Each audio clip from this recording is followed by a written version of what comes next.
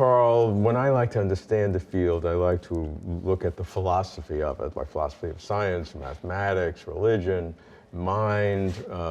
When we talk about philosophy of the arts, classically, you're talking about music and art.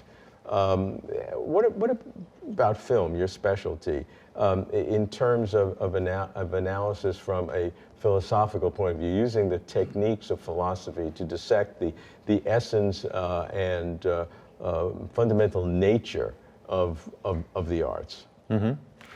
Well, since film is an eclectic art, and since it draws from many of the other arts, one can appeal to philosophy from the past that addresses those particular arts to address the same sorts of issues as they appear in film. So I'll just give you one example.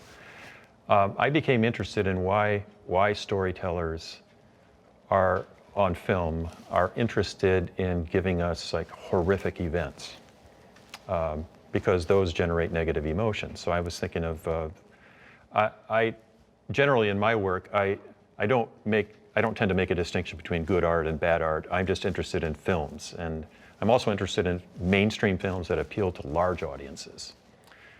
So think of the film Titanic. The ship sinks. Thousands of people die in the Atlantic Ocean. They're screaming. Yeah. They're freezing. They're drowning. One of the main characters dies.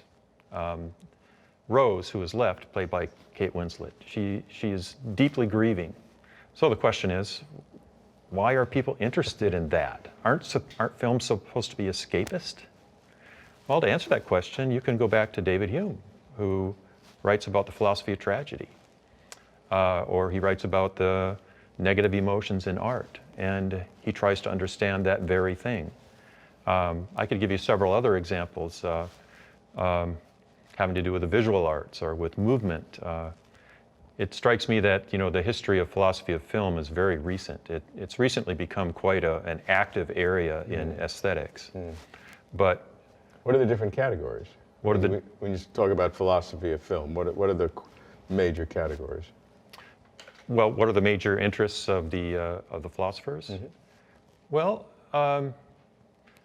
philosophers are often interested in defining things, which isn't my chief interest in philosophy of art. But so there is a wonderful book called The Philosophy of Horror, or Paradoxes of the Heart, by Noel Carroll, and he spends the first 2-3 chapters defining horror. There are books defining mass art. There are books about the various genres of film and what makes them distinctive. So that's one question. Another question has to do with the nature of the emotions that we have when we watch a film. So philosophers are interested in that because we naturally assume that when we watch a film, we know the characters aren't real, but yet we feel sad for them, or we're happy when they rejoice. We want things in relation to their concerns. Doesn't that mean we're fundamentally irrational? So that's another question that philosophers have been interested in. That sounds very important. Yeah. In terms of our projection into the film. Exactly. It doesn't work otherwise. Exactly. Right. So in terms of these categories, which are the ones that, in terms of philosophy of film, that you focus on? Well, I was one of the like 4 or 5 early film theorists to start writing about emotion. So I was I've always been extremely interested in the philosophy of emotion. So I've been reading a lot of that. But then one also has to read some of the philosophers who deal with not emotion per se, but emotion as it is experienced in relation to art, which is a different breed of emotion. Sure. So I think that's the kind of philosophy of art and philosophy of emotion that I've been reading the most. Yeah. And what kind of directions are you taking? What kind of conclusions do you reach? Well, when you deal with the emotion at films, I think that we have a perceptual illusion. We seem to be seeing movement when most people believe there's nothing actually moving. But we don't have an epistemic illusion. So in other words, we don't actually believe that what we're seeing is really occurring in front of us. And if we did, then our response to something like the Titanic sinking would be far different than it is. We sit in our movie theater, like putting the popcorn in our mouths. If we thought this was really happening, our response would be completely different. Right.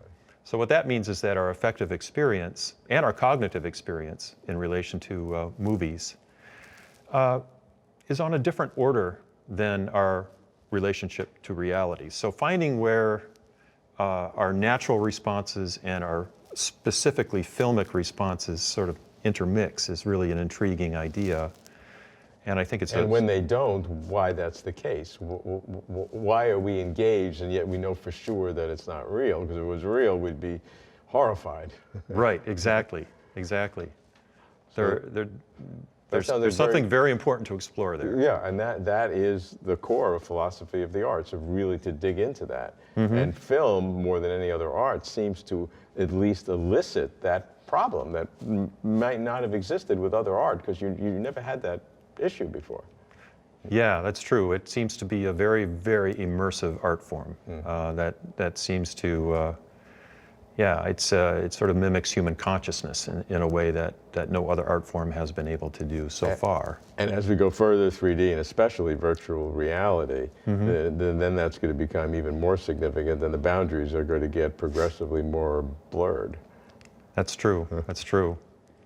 Right now, when we see a film, we can't interact with it. So virtual reality brings interaction, which is another ballgame altogether.